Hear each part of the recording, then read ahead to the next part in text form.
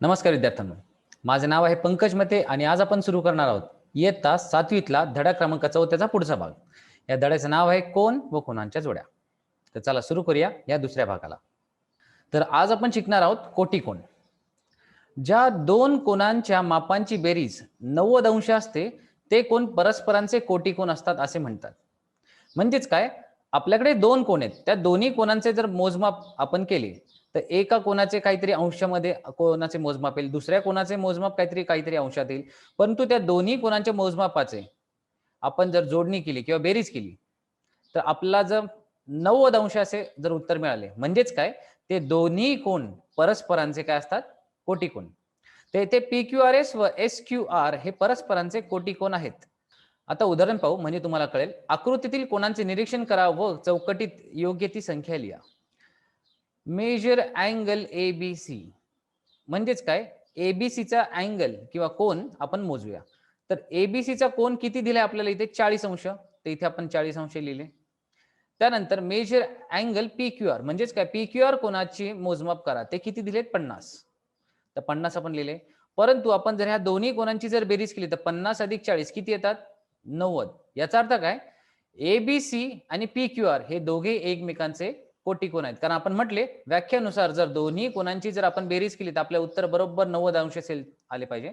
90 अंश जर आलेत म्हणजेच काय, हे दोन्ही कोन एकमेकांचे कोटिकोन असतात. आता उदाहरण, 70 मापाच्या कोनाच्या कोटिकोनाचे माप किती. म्हणजेच काय, 70 मापाचा आपल्याकडे एक कोन आहे.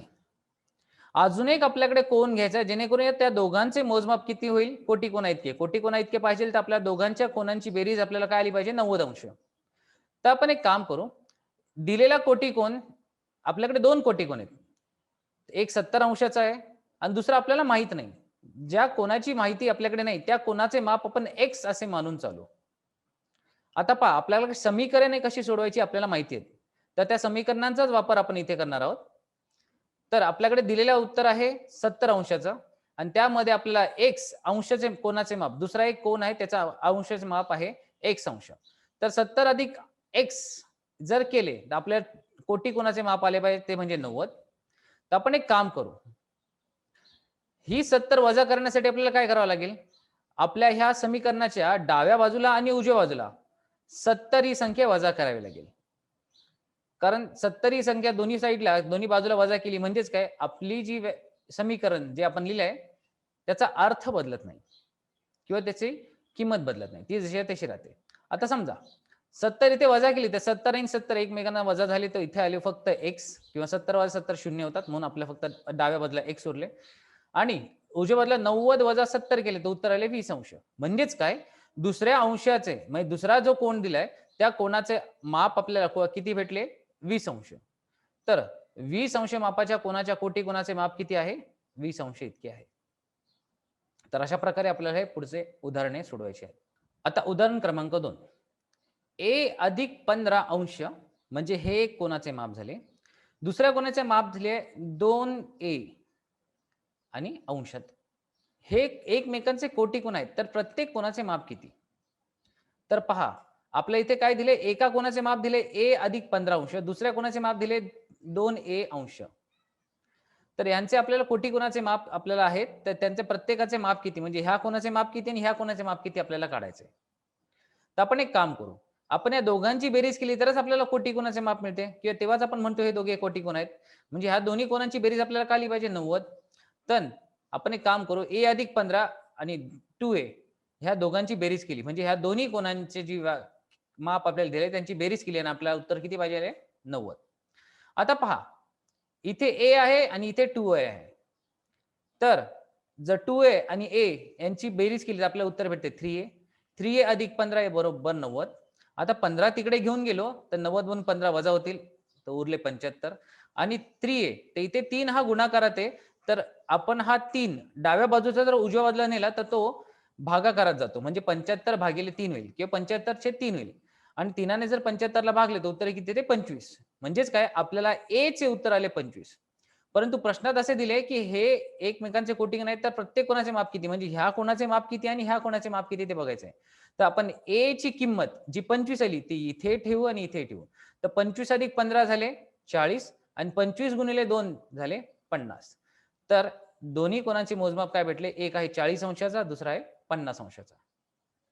तर अशा प्रकारे आपल्याला जी किंमत माहिती नाही, की जे मोजमाप माहिती नाही, त्या ठिकाणी आपण कुठले लेटर घेऊन आपण तो प्रश्न सोडवू शकतो. खालील काही कोनांचे मोजमाप दिले आहेत, त्यांच्या कोटीकोनाचे माप लिहा. 40 अंशाचा आहे, तर आपल्याला माहिती आहे कोटीकोन पाहिजे म्हणजे काय? 2 कोनांची जोडी आपल्याला पाहिजे आणि दोन्ही कोनांची जोडींची बेरीज केली, मापांची बेरीज केली, तर आपल्याला 90 अंश आले पाहिजे. तर 40 बरोबर असे काय जोडले, तर आपल्याला उत्तर 90 येईल. 40 बरोबर काय जोडावं लागेल? तर 50. तर आपण तेच पाहू, आपण कसे उत्तर सोडवणार ते. आता 40 अंशाचा आपल्याकडे कोन आहे. तर उकल काय? 40 अंश मापाच्या कोनाच्या कोटीकोनाचे माप आपण x अंश असे म्हणू. म्हणजे आपल्याकडे 2 कोटीकोन आहेत. एकाचे मोजमाप दिलेत 40 आणि दुसऱ्याचे आपल्याला नाही दिले म्हणून आपण तिथे काय मांडले? x अंश.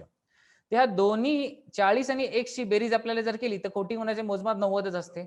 मग आपण 40 अधिक x केले बरोबर 90 लिहिले. आता हे 40 आपल्याला इथून कमी करायचे, या दोघांमधून 40-40 कमी करायचं, तर काय करावं लागेल? दोन्ही बाजूला आपल्या 40 ची वजाबाकी करावी लागेल.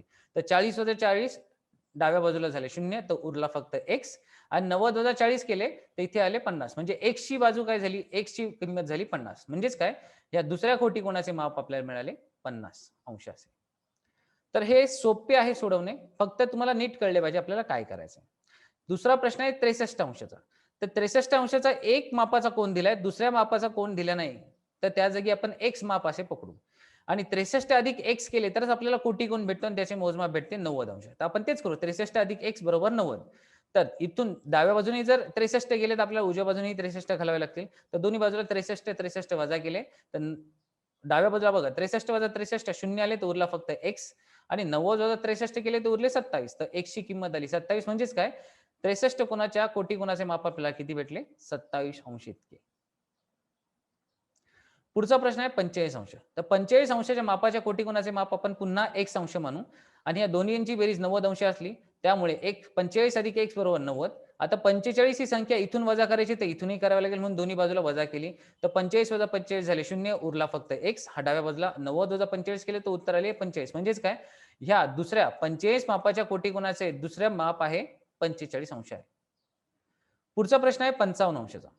तर 55 अंशाच्या मापाच्या कोटीकोनाचे माप आपण जर x अंश मानले, तर दोन्ही कोनाच्या बेरीज, दोन्ही कोनांना आपण कोटीकोन मानतो कारण त्या दोघांच्या कोनांच्या मापाची बेरीज 90 अंश असली पाहिजे. म्हणजेच काय 55 अंश अधिक x अंश जर केला तर आपलं उत्तर किती भेटेल? 90 अंश. म्हणजे 55 अधिक x केला तर 90. आता दोन्ही बाजूला आपल्याला 55 घालवायचे ते दोन्ही बाजूला 55 ने वजाबाकी केली तर 55 वजा 55 आले 0, इथे उरला x आणि 90 वजा 55 केले तर उत्तर आले 35. म्हणजेच काय? 55 अंश मापाच्या कोनाच्या कोटीकोनाचे माप आपल्याला किती भेटले? 35 अंश इतके. त्यानंतर आहे 20 अंश. तर 20 अंशाच्या कोटीकोनाचे माप आपण पुन्हा x पकडू आणि मग 20 अधिक x केले तर बरोबर 90. दोन्ही बाजूला 20 ने वजा केली तर 20 बाजूला गेले आणि 90 वजा 20 उजव्या बाजूला केले तर उत्तर आले 70. तर 20 अंश मापाच्या कोटीकोनाचे आपल्याला उत्तर माप किती भेटले? 70 अंश इतके. आता 6वा प्रश्न आहे 90 अंशाचा. आता 90 अंशाच्या मापाच्या कोटीकोन काढायचा आहे तर त्याचे आपण मोजमाप पकडू x. आता दोन्ही कोटीकोनांच्या म्हणजे 90 अधिक x केले तर आपलं उत्तरही 90 आले पाहिजे. तर 90 अधिक x इक्वल टू 90 लिहिले. आता इथून जर 90 घालवायचे तर दोन्ही बाजूला 90 ची वजाबाकी करावी लागेल. तर 90 वजा 90 इथे x उरला. डाव्या बाजूला x उरला फक्त कारण 90 वजा झाले आणि उजव्या बाजूला 90 वजा झाले तर उत्तर आले 0. म्हणजे x ची किंमत आली 0. म्हणजेच काय? 90 अंश मापाच्या कोटीकोनाचे माप आपल्याला किती भेटले? x अंश इतके. आता पुढचा प्रश्न दिलाय x अंश मापाचा कोन दिलाय आणि त्याचा कोटीकोन शोधायचा. ज्याचा कोटीकोन शोधायचा त्यासाठी आपण कुठलेही लेटर इंग्रजीतले वापरले तर चालेल. म्हणजे ही संख्या दिली आहे आणि दुसरी संख्या शोधायची जी माहित नाही तर त्यासाठी आपण कुठले तरी लेटर वापरतो. ते आता पकडूया a. कारण आता पण आपण एका कोणाचे माप दिलेले असायचे आणि दुसऱ्या कोणाचे माप माहिती नसायचे. त्या ठिकाणी दुसऱ्या कोणाच्या मापाची आपण किंमत पकडायची x आणि मग x ची व्हॅल्यू काढायचो किंवा किंमत काढायचो. परंतु आताच त्या कोणाचे माप आपल्याला x असे दिलेले आहे. तर मग ज्याचे माहित नाही त्याला आपण a मानू आणि x अधिक a केला तर आपलं उत्तर किती भेटते? 90 अंश. तर आपल्याला काय करायचं आहे? दोन्ही बाजूने x कमी करायचा आहे. तर डाव्या बाजूने x ची वजाबाकी केली तर उजव्या बाजूला x ची बाजू कमी करावी लागेल. तर इथे x वजा x 0 झाले म्हणजे उरला फक्त a आणि बाजूला उरले 90 वजा x. म्हणजेच a चे उत्तर आहे 90 वजा x. म्हणजेच x अंश मापाच्या कोटीकोनाचे माप आपल्याला किती भेटले? 90 वजा x अंश इतके आहे. पुढचा प्रश्न यात दिले आहे 2 कोटी कोणाचे माप दिलेत.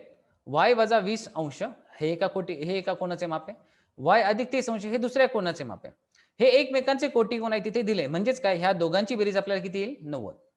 तर प्रत्येक कोणाचे माप काढा. तर आपण उदाहरणामध्ये पाहिलं होतं, असाच एक प्रश्न आला होता ज्यामध्ये y अधिक काहीतरी होते आणि इथे 2a असा होता. आपण काय केले, दोघांची आता बेरीज करू. कारण आपल्या दोघांचे दोन्ही कोटी कोण आहेत, म्हणजे दोघांची बेरीज, मापांची बेरीज 90 आली पाहिजे. मग दोघांची आपण बेरीज केली म्हणजे y - 20 अधिक y अधिक 30 केले म्हणजे 30 केले बरोबर 90 आले पाहिजे. आता आपण कंस जर उघडले तर आपल्याला काय भेटेल? y अधिक y तर तो येतो 2y आणि वजा 30 अधिक वजा 20 अधिक 30 तर उरतात 10. आता दोन्ही बाजूला 10 आहे तर दोन्ही बाजूला 10 ने वजाबाई केली किंवा ही जी 10 संख्या आहे ती डाव्या बाजूला अधिक चिन्हात लिहिली आहे. परंतु आपण जर तिला उजव्या बाजूला घेऊन गेलो तर ती आपल्याला करावी लागते वजा. तर ही एक पद्धत आहे. तर 90 म्हणून 10 गेले तर उरले 80 आणि हे 2y जसे आहे तसे उजव्या बाजूला आले 80 आणि डाव्या बाजूला आले 2y. आता दोन्ही बाजूला जर 2 ने म्हणजे 2 ने जर भागाकार केला तर इथला 2 ने भागले तर हा 2 निघून जाईल आणि इथे 2 ने भागले तर उत्तर येईल 40.